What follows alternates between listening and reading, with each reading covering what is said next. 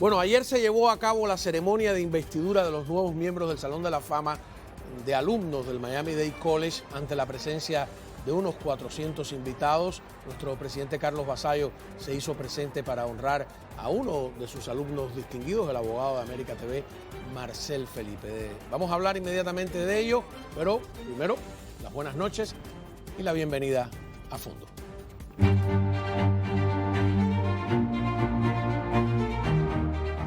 Bueno, muy bien. Carlos Vasallo, presidente y CEO de América TV Network con nosotros. Un gustazo. ¿Cómo está? ¿Cómo está, Cabo? Pues muy bien, muy bien. Aquí viendo que nos trae a Marcel Felipe, abogado, presidente de Fundación Inspira América. Y digo nos trae porque, no sé, tengo esa impresión. Bueno, la impresión quizás no es equivocada, pero sobre todo lo que traigo me encantan las sorpresas. Incluso Marcel, que es quizá la persona más cercana a mí aquí en Miami, también tiene capacidad de sorpresa. Entonces, yo ayer estaba viendo la ceremonia en la Torre de la Libertad, asombrado y rememorando tantos cubanos que me habían dicho, yo pasé por allí, yo estuve allí, a mí me dieron el quesito me dieron esto, y de pronto yo vi el escenario y vi subirse a Marcel y vi la ceremonia y hablaban de la importancia del Miami-Dade College, y yo rememoraba que Marcel hace un buen rato me está diciendo que me parece a mí consultivamente la idea de pasar también el Museo de la Diáspora a la Torre de la Libertad, y yo siempre le contesto que como segundo museo está bien, pero que el Museo de la Diáspora está bien donde está, porque es de muy fácil acceso para todo el mundo. Muy bonito el edificio. Y es muy bonito el edificio, y en el otro lado quizás se complicara un poquito más, el parking es más difícil, etcétera, etcétera. Y eso me llevó a llegar, yo estas cosas las hago siempre al amanecer, y al amanecer hoy en la mañana me llevó a decir, Marcel Felipe, con 9 años salió de Cuba junto a sus padres y su hermano, el doctor Luis Felipe Felipe, que también es parte de esta casa. Partió hacia Costa Rica, eso era abril de 1981. Los padres de Marcel habían sufrido en Cuba las amenazas de los comunistas y mítines de repudio. Todo el dinero que tenía esa familia de 4 emigrantes eran $100, que por cierto, según me contó la madre, Marcel los llevaba ocultos en la suela del zapato. Cada uno llevaba puesto una muda de ropa y en las manos unas frazadas, para dormir donde tocara. Al llegar al aeropuerto de San José, en Costa Rica, Marcel y su hermano, me decía su madre, probaron por primera vez 2 barras de chocolate. Llegaron un sábado y se alojaron en una vieja casa llena de pulgas, donde vivía un perro, por supuesto, que traía todas las pulgas arriba. Era una casa que compartían con otras 2 familias. Y el dentista, el papá, el doctor Luis Felipe Viñau, de dentista de profesión y padre de Marcel y Luis Felipe, alquiló un closet a un cubano para poder empezar a trabajar de dentista. El doctor Luis Felipe logró revalidar su título de dentista en Costa Rica. En 1983 la familia llegó a Miami. El doctor Luis Felipe empezó a trabajar primero por la izquierda, quiere decir sin los papeles correctos. Vivían en Hialeah hasta que la familia comenzó a progresar y los niños Felipe a crecer, estudiar y graduarse. Cuando terminó sus estudios en FIU, Marcel se fue a la Escuela de Leyes de la Universidad de Pittsburgh, donde se graduó como doctor honoris causas. Allí, en la universidad, se negó a aceptar el beneficio que le daba a los estudiantes de minorías para pasar los grados, aunque fuera con bajas calificaciones. Él no era uno de esos, él era uno más y no quería favoritismos. Incluso el legendario profesor ya fallecido Walt White, una eminencia legal a nivel nacional, comentó durante la graduación de esa generación, de la que Marcel formaba parte, que no solo había sido el mejor de ese año, sino uno de los mejores estudiantes graduados que él había tenido en su larga carrera. Marcel, y aquí pasamos a la fecha actual, es miembro del Florida Bar Association y presidente de su bufete, Marcel Felipe Attorneys, una firma dedicada a asuntos fiscales de corporaciones internacionales y de asesoría. En 2006 fue cofundador de la compañía, que hoy es dueña de las estaciones de Miami, Canal 41 y 48 de América TV Network, empresa de la que es consejero legal. Aquí hago un paréntesis y aclaro que posiblemente la razón principal para que yo siga aquí, no pensando que soy un Quijote peleándome con los molinos de viento, es que él me ha convencido. A veces me sucede con él que él trata de desanimarme y me dice, estoy cansado. Y yo le digo, pues es que no tienes derecho, el que tengo derecho soy yo. Y por lo tanto, esta lucha titánica que ha sido llevar esta estación hasta el día de hoy, hacerla sobrevivir, sería para mí absolutamente imposible sin su colaboración. Es presidente y fundación de Inspira América, una organización dedicada a promover la democracia en Cuba y las Américas. Es además fundador y presidente de la Junta Asesora de la Iniciativa para Alternativas Democráticas y Económicas, Ideas para Cuba, proyecto conjunto con el programa Havel de la Universidad de Florida, FIU, y la Universidad de Columbia y la librería Havel. En 2018 fue electo como presidente del Museo de la Diáspora Cubana. Aquí hago otro paréntesis. Sin él no existiría. Sin él, cuando se desembarcó en aquel museo, aquello era un museo con una habitación para exhibir cuadros. De ahí él ha hecho un trabajo titánico, ayudado por la Junta Directiva, pero realmente el que pone el trabajo, el esfuerzo es él. Estamos otros muchos como participantes, incluyendo el señor Cosillo, que siempre está a la sombra de todas las cosas, incluyendo yo, incluyendo Diego Suárez, que es el decano, pero sobre todo, el que lo hace sin ningún tipo de duda es él. En el 2019 fue electo por el gobernador de Florida, Ron DeSantis, como miembro de la Junta de Fideicomiso del Miami-Dade College, donde estábamos ayer. El colegio universitario, para que los que no lo sepan, más grande de Estados Unidos y entre los 6 más grandes del mundo. Tiene 165.000 alumnos de college y universidad. 165.000, señores. Estamos hablando, no una ciudad, varias ciudades. Fue una pieza clave para que se lograran los fondos de 25 millones para que el gobierno del estado de Florida no se olvidara de la Torre de la Libertad, que empezaba a padecer los avatares del tiempo. Lleva 27 años casado con Verónica, con quien tiene 3 hijos, varones, el menor autista. Es miembro de infinidad de organizaciones lucrativas y no lucrativas.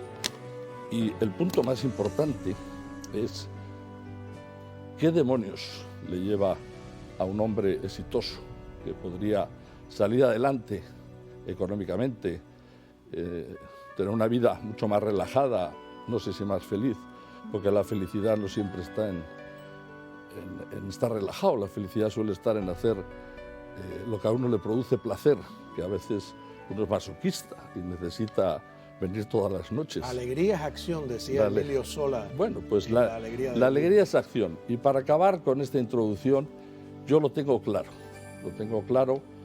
y es el motor fundamental, es la primera generación, los que construyeron Miami, los que han hecho esta ciudad por ley de vida, se van apagando. Quedan muchos, pero no tantos como quisiéramos. Y una nueva generación tiene que tomar su lugar. ¿Quién está dispuesto a hacerlo? Yo ayer pasaba por las mesas del Miami-Dade College y veía que me saludaban las señoras mayores, pero las señoras de mediana edad les decían, este es el señor Vasallo, el presidente de América TV, y me miraban como diciendo, no veían América TV, eran otra generación, otras gentes. Entonces, el poder luchar siendo un hijo del exilio, no por convertirse en un americano más, que también es muy bueno, no por convertirse en un hombre de negocios exitoso más, que también es muy bueno, sino dedicar una gran parte de su vida a preservar los ideales y tratar de que no se olviden los orígenes. ¿Qué es, al fin y al cabo, ser un exiliado si no tienes los orígenes, la comida, las tradiciones, la cultura y no la puedes compartir con tus amigos? Si no hay el lechón asado, si no hay la cervecita, si no hay... ¿Qué hay? No hay nada. Hay sencillamente uno más. Por lo tanto, él ha tomado ese relevo y yo estoy aquí en esta televisora porque él me empuja a que yo lo esté. Nada, José Marcel, ¿cómo respondes a...? La verdad que le agradezco a Carlos. Me ha atendido en emboscada. No sabía que de esto era el programa. Pensaba que íbamos a hablar un poco de lo de ayer y de los temas de diario, como casi siempre hacemos. Y te agradezco mucho porque verdaderamente en el mundo de los negocios y en el mundo de la política se dice que los amigos son de mentira y los enemigos son de verdad. Y tú me has demostrado que los amigos también son de verdad cuando los hombres son hombres. Te lo agradezco mucho, porque de adulto a veces dejamos de creer en la amistad, de esa amistad que se tiene de niño y demuestras que sí, que la amistad se puede desarrollar en cualquier momento, a cualquier hora. Marcel, acuérdate que tengo una frase que te la he repetido muchas veces. Los enemigos son gratuitos y los amigos salen carísimos. Bueno, a ti toda la comunidad te está saliendo carísimo, pero te la has ganado. Te la has ganado y tienes un puesto de cubano. Y que el día de mañana, cuando Cuba sea libre, llegamos al Museo de la Historia de Cuba en La Habana, tendrá que tener un lugar ahí Carlos Vasallo. Te digo, ¿por qué hacemos esto? Tienes toda la razón. Yo teniendo un hijo autista, una familia de 3 muchachos, y teniendo la habilidad de ser exitoso en los negocios, además de mi profesión, gracias a Dios, teniendo ese talento, pudiera olvidarme, pero no sería feliz, que es lo que tú decías. Yo me he dedicado a esto yo creo que, primero porque no soy abogado por entrenamiento, soy abogado por naturaleza, nací siendo abogado. Tal vez la influencia Bueno, quiero contar una anécdota. El papá quería que los 2 hermanos Felipe fueran doctores. Y entonces yo le pregunté ayer a la mamá, ¿y por qué Marcel no lo fue? Y dijo, bueno, yo le di de comer muy bien al papá para convencerle de que Marcel debía de ser abogado. Pero los 2 han sido tremendamente exitosos. La mamá es maestra, tremendamente culta, tremendamente preparada. Son unos papás jóvenes. El papá de Marcel es un hombre de 73 años, 74 años, profundamente joven. Los tuvo muy joven, jovencísimo. ¿A qué edad os tuvo? A mí 23, mi hermano a los 21. A los 21. Eran realmente niños. Eran dos personas muy jóvenes. Y el punto importante, el punto que a mí me llama la atención es que cómo esa familia se va organizando aquí bajo el sistema para poder salir adelante y sin desconectarse.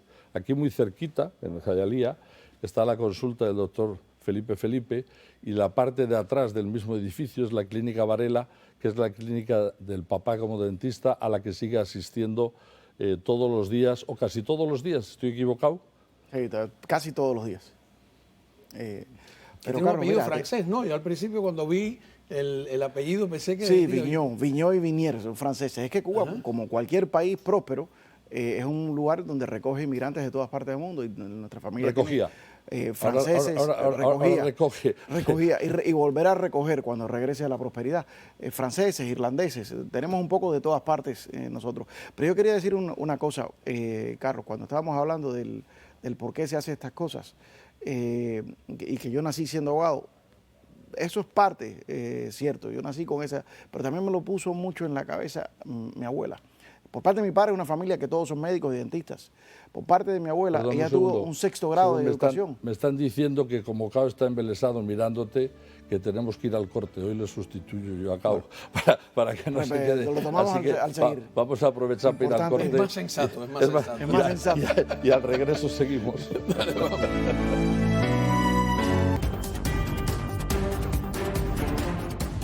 Muy bien, continuamos hablando de Marcel Felipe, pero con Carlos Vasallo. Me parece de verdad un gesto noble, ¿no? E interesante. Una anécdota nada más. Marcel y yo fuimos a Hungría juntos. Por ahí tenía algunas imágenes de esa. Y en el vuelo de regreso nos tocó un asiento distinto, ¿no? Y te tocó una ecuatoriana, creo, al lado. Y Marcel estuvo todo el viaje haciendo la historia de lo que había sucedido en Cuba, de la dictadura, con una convicción. Y yo dije, bueno, esta es una persona que de verdad siente una pasión, ¿no? por ese tema, no es que está aquí paseando. Pero no es solamente la pasión. La pasión, la teoría, todas esas cosas son cosas muy bonitas.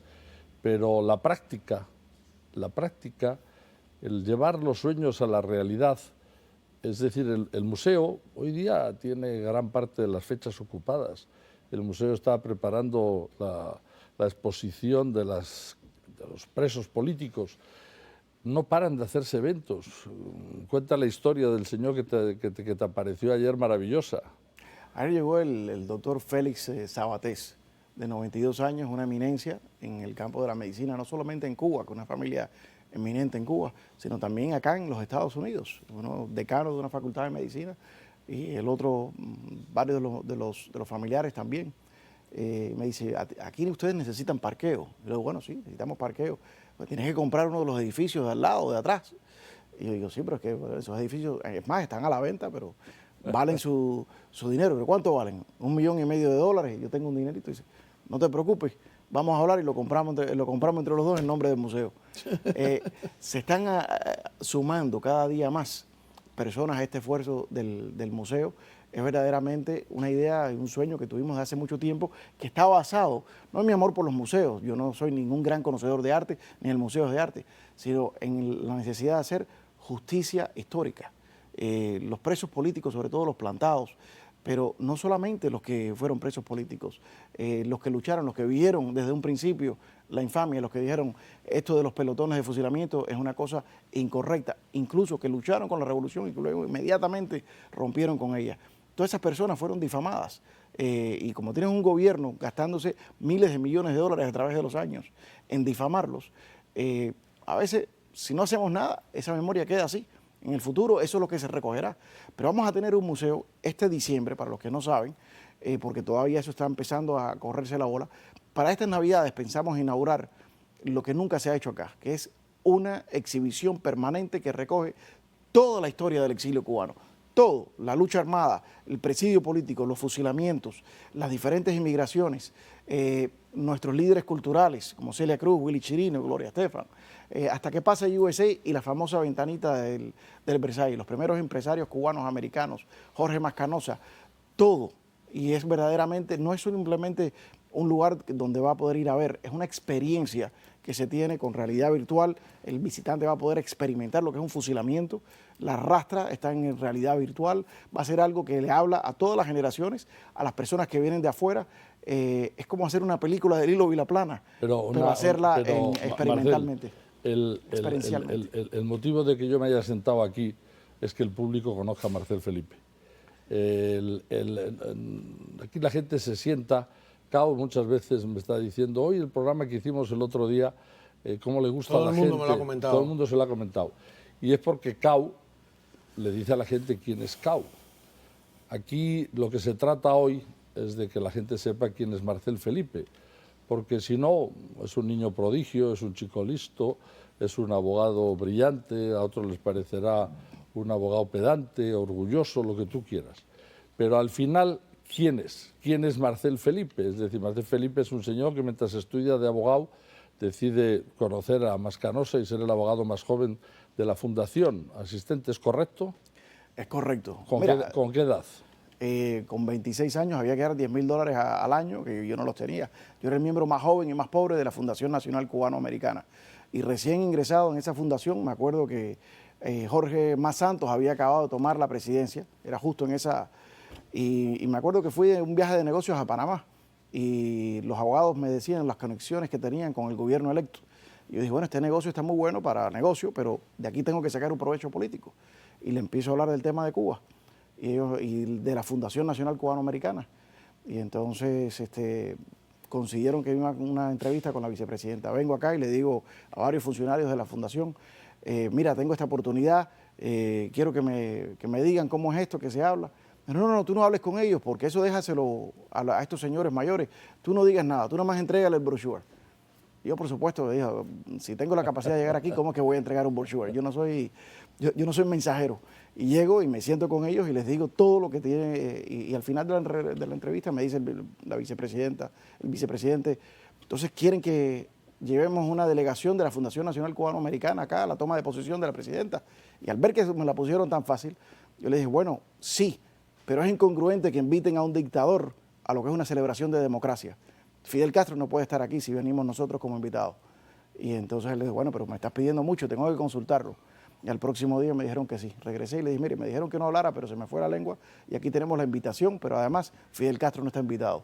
Y ese fue el primer logro que tuve a esa edad ahí con la fundación, pero desafortunadamente es una organización que se quebró muy rápidamente.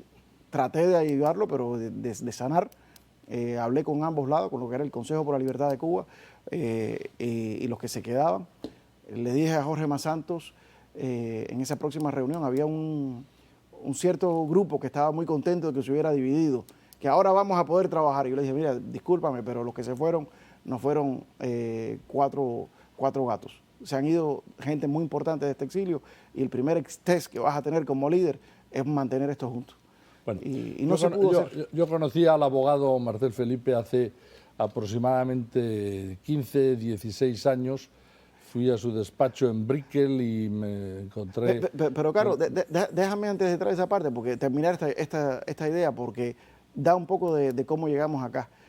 Terminando esa fundación, me fui para el Consejo por la Libertad de Cuba y me dijeron, puede ser como joven el director ejecutivo. Duré un día, porque me querían decir lo que tenía que hacer. Y le dije, o soy jefe o no soy jefe. Y ahí no pude seguir, dediqué a ganar dinero para poder volver y hacer esto. Cuando tuviéramos la capacidad de hacerlo con mi propio dinero, que es lo que siempre he hecho, no gano un solo centavo, la fundación no recibe un solo centavo del gobierno americano. Y lo he hecho todo con mi dinero, con el apoyo tuyo y de otros grandes patriotas acá del exilio. Y por eso que estamos acá. Esa es la historia, a muy breve modo, de la parte política de Marcel Felipe. Bueno, pero esa es la síntesis, pero el arranque es, yo aparezco en su despacho y me vende Carlos Barba, que había iniciado una compañía que se llama Caribe Visión, me dice que hay que ir a ver a su abogado, que se llama Marcel Felipe.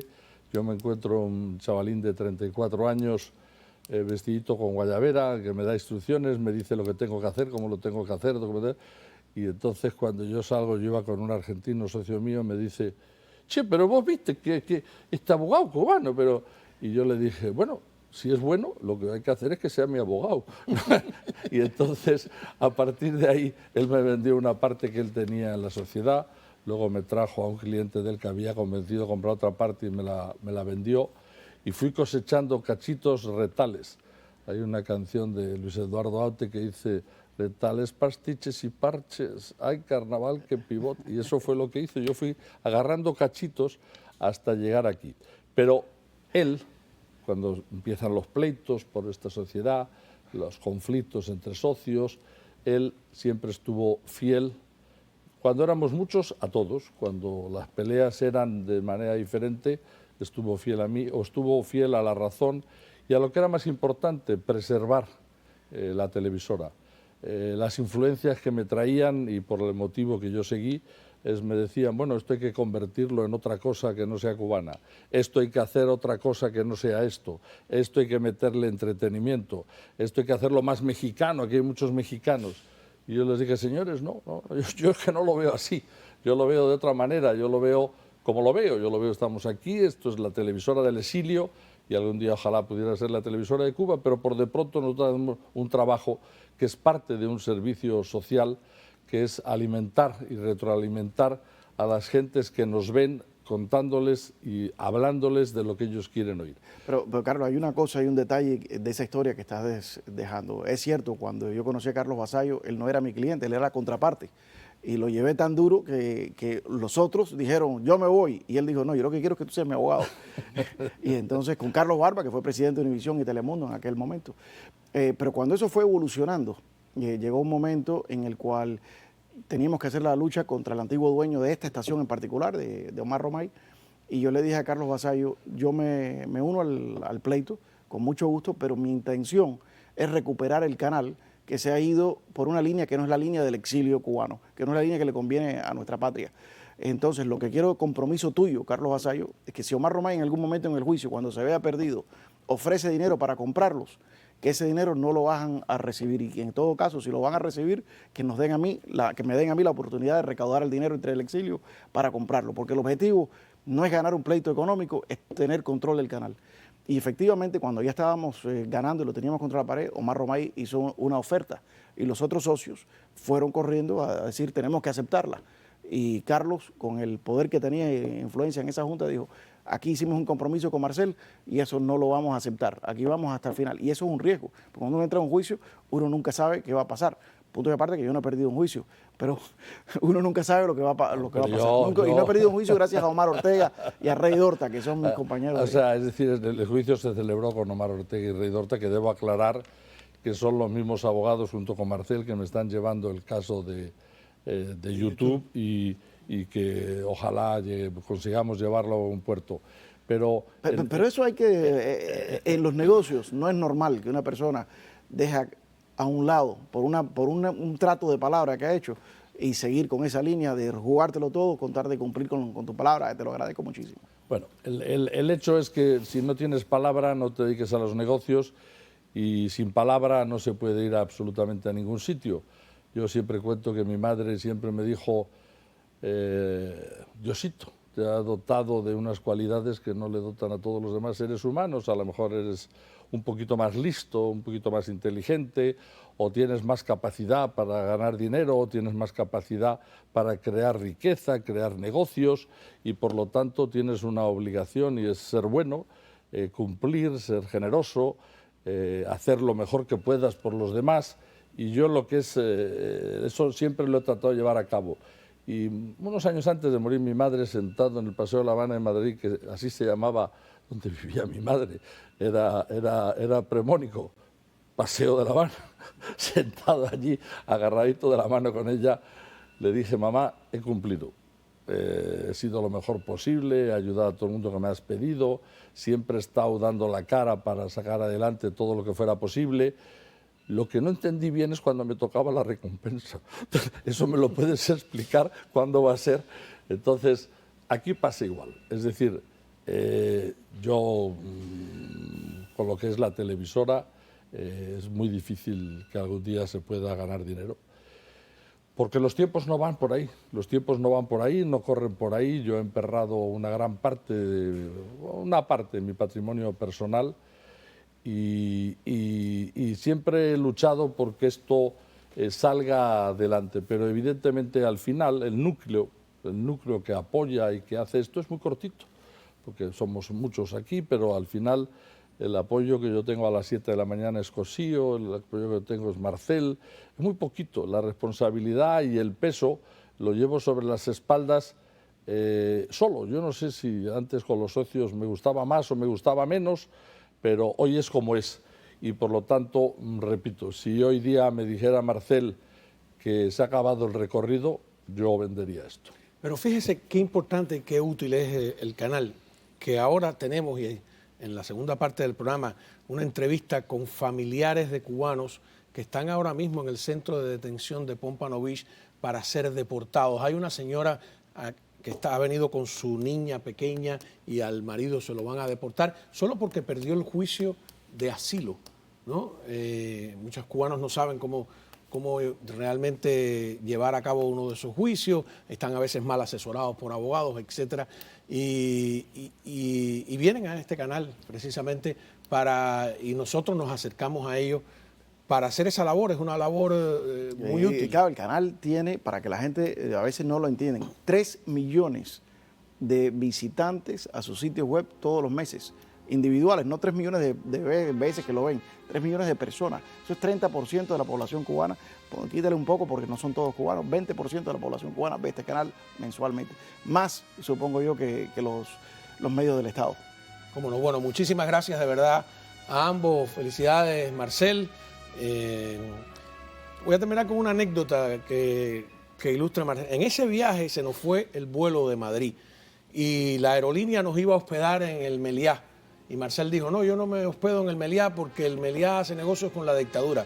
Y yo le dije, mira que nos van a meter en un hostal de mala muerte.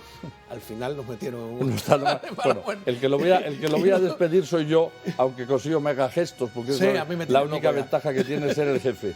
Es que voy a decir las últimas palabras, y las últimas palabras son, es muy importante conocer a los que están detrás de los nombres de las personas. Es muy importante que la gente sepa quién es quién, y yo espero que el día de hoy haya servido para conocer un poquito mejor al abogado Marcel Felipe.